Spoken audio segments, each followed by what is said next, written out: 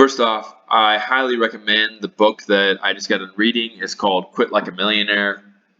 Um, she goes into how to optimize your long-term portfolio so you can live off of it once you get to a certain point.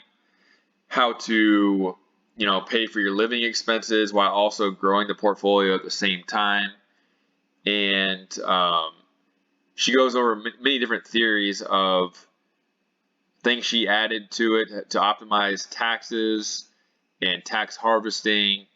And it's a really quality book if you think about it, because for the average person, they're not into technical analysis or reading charts, and they just need a simple formula to follow that's robotic, that will allow them to make it out in the end when they retire in their 60s or 70s.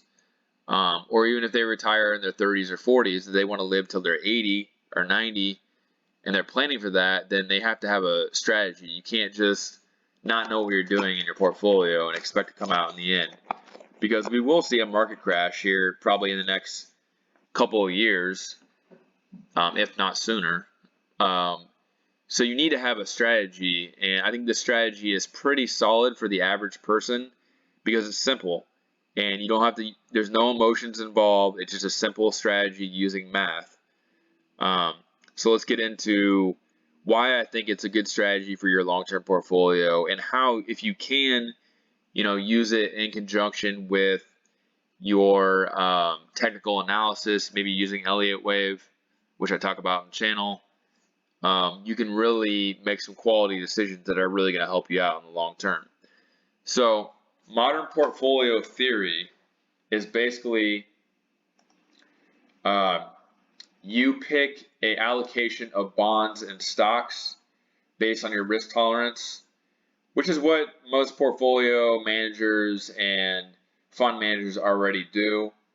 They do this this is pretty much their main job, but it's called modern portfolio theory.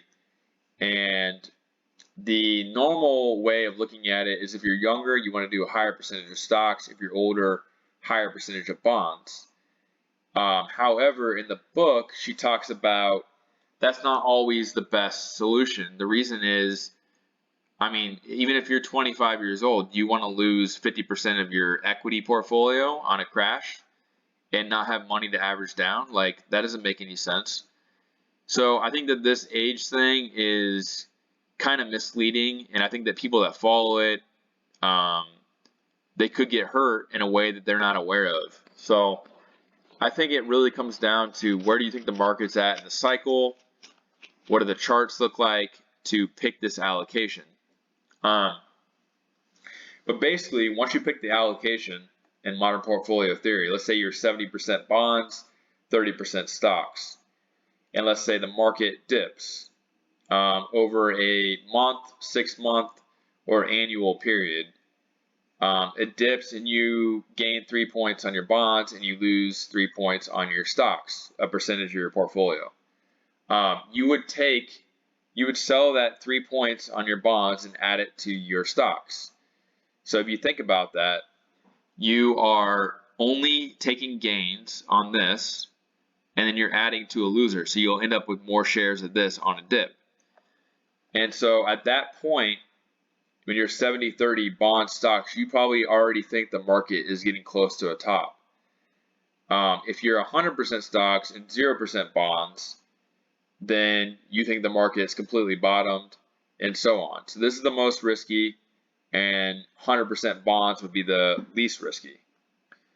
But after you pick your risk tolerance and the market moves, you readjust it to meet that tolerance again. So another example, on the stocks, let's say stocks go up to 49 and bonds go down to 51. You would sell the 9 points in the stocks, or the 9%, I'm sorry, 9% in stocks, and add it to this 51%. So you're again 60% bonds and 40% stocks. And then you just reassess over and over. It's pretty much the 3 R's: risk tolerance, readjust, reassess. That's pretty much all modern portfolio theory is.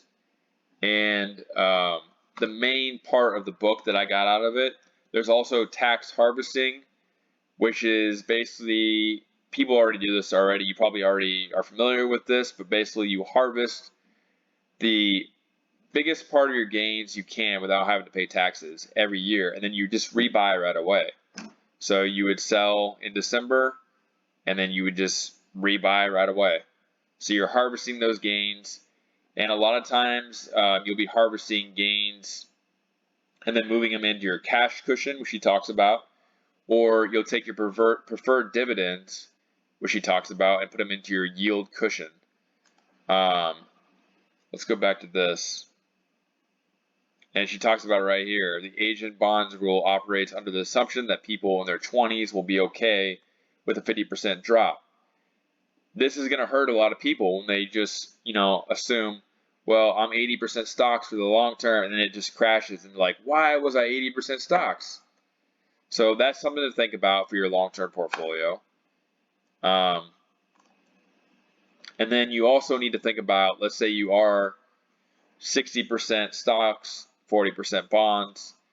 Do you want to be completely in the S&P, or do you want to do an equal weighting between the U.S. indices or with the international indices? So let's see. She goes into ETFs, and here's her allocation. She had 20, 20, 20, and then 40% bonds. And she talks about in the financial crisis how she lost money in her equities, but she just sold her bonds and then bought more equities, stuck to her plan. And this is the thing, it takes out all emotion too. The modern portfolio will take out all emotion. And here we go. Here's another example of rebalancing. So after you pick your asset allocations, you need to monitor how your holdings fluctuate. If they start to deviate too much from your allocation targets, you rebalance. So her initial portfolio was 20, 20, 20, but here it's 21, 22, 22, 35. So what'd she do? She sold 2%, 2%, 1%, and added 5% to her bonds. Okay? And she talks about how that enforces good investor behavior because you're like a robot, and you're only allowed to sell assets that have gone up, and you're only allowed to buy assets that are sitting below target. So you're always buying low and selling high. Okay, so you don't have greed and fear. She also talks about individual stocks are pretty much a stay away because you can't use this strategy on individual stocks because they can go to zero. ETFs cannot go to zero. They're never going to go to zero. So another example right here, her bonds went way up and these went way down. So what would she do? She would sell 15% of her, is that right? Yeah, no. 15, 68, 83, yeah. She would sell 10% of her bonds and put them into the indexes. So,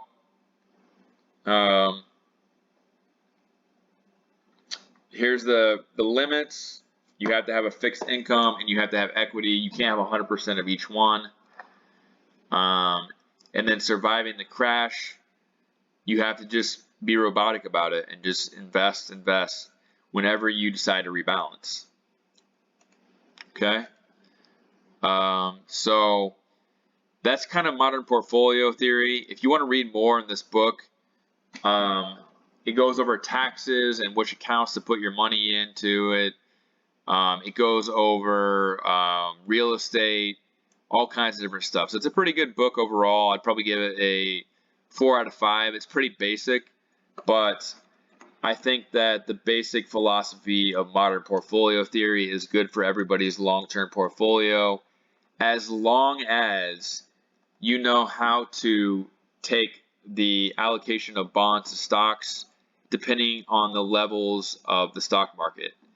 So, for example, right now, if I were to recommend an allocation for your long-term portfolio, I would probably be something like 60-40 stocks to bonds.